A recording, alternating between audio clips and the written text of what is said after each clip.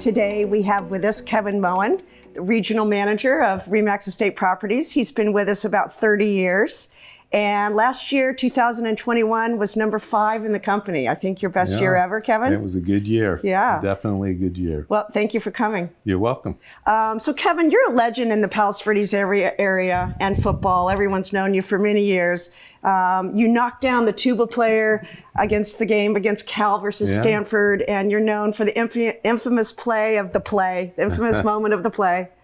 You were recently interviewed by Eli Manning for ESPN. Yeah. So sports has been a big part of your life, and you've grown up in the community. Your involvement in sports, has this helped you in your real estate career?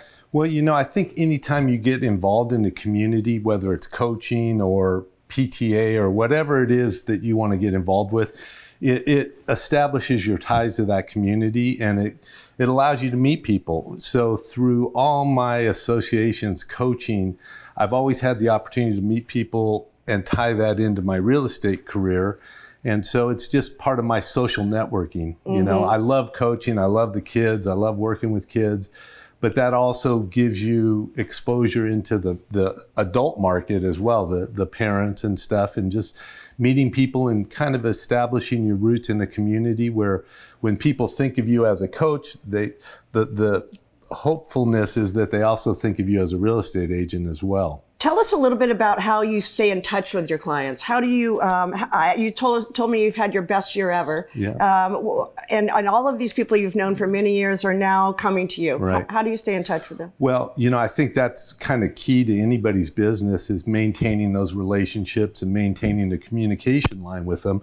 So I tend to reach out to my sphere of influence fairly regularly, if not monthly, quarterly, and then I haven't been as good lately because I've been busy, but trying to reach out and just connect with those key people. I've had clients that have bought and sold 5, 6 homes, their family, their kids, their parents. And so it's really trying to kind of create a consistent contact base with them, whether it's email, whether it's calling them.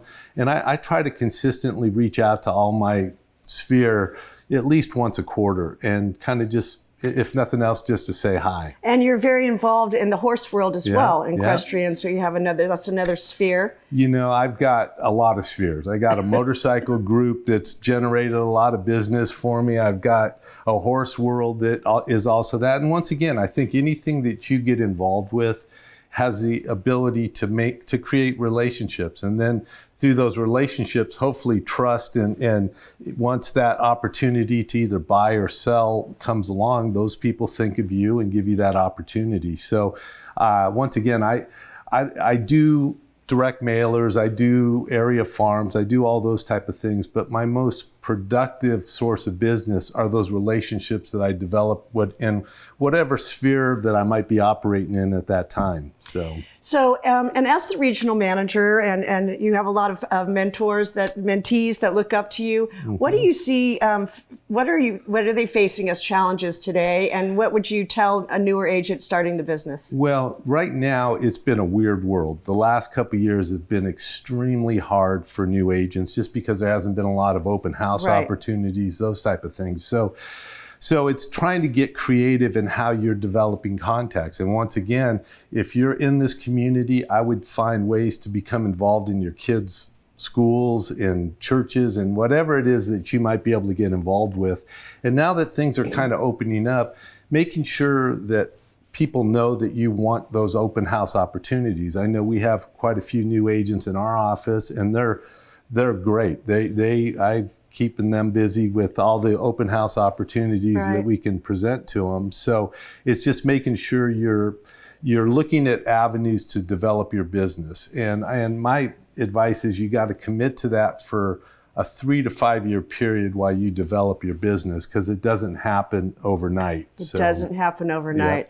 Yeah. And how do you be involved in a sphere without being pushy and saying, I'm a real estate agent? Do you wear a RE/MAX hat? Or, I mean, you don't have to do that anymore, but. Well, I think a lot of times the conversation can just organically develop in terms of, hey, how's things going? Well, really good. You know, I'm in the real estate business, and that world has been crazy, and talk a little bit about, you know, the experience we've had in this market of, especially with COVID, you know. And so it's just kind of natural conversation elements that allow you to establish in their mind that you're a real estate professional. An expert. Yeah. Yes. And so, and your conversations about what's going on in the market and how things are going just establishes in those people's mind that, hey, I'm talking to a real estate agent right. who happens to also be my friend or happens to also be, you know, something else. But, okay, sounds good. They're making sense in what's going on. So in my mind,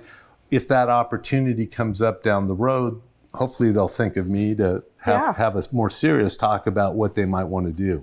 So one last question. What do you find interesting in the market today?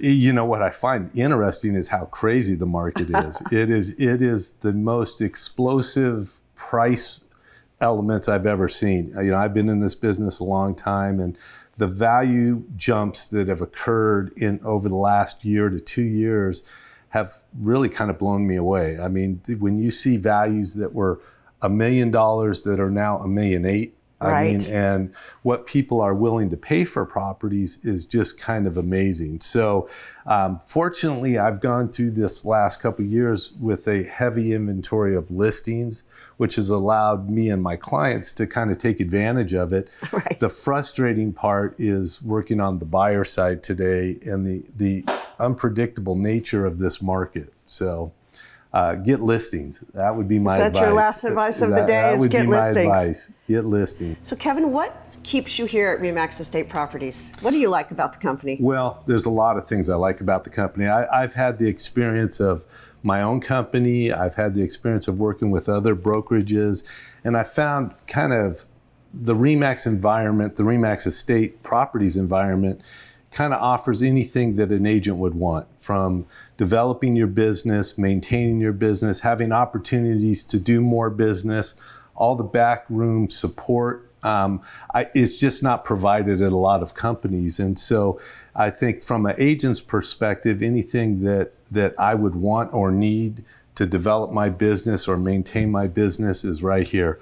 Plus, you guys are great. The Sanders family has kind of been my family for a while. And so everything I need is here. I'm home. Well, we're happy to have you home, Kevin. Good, Thank you, good. Kevin, for being here today. Sure. We appreciate your time. My pleasure.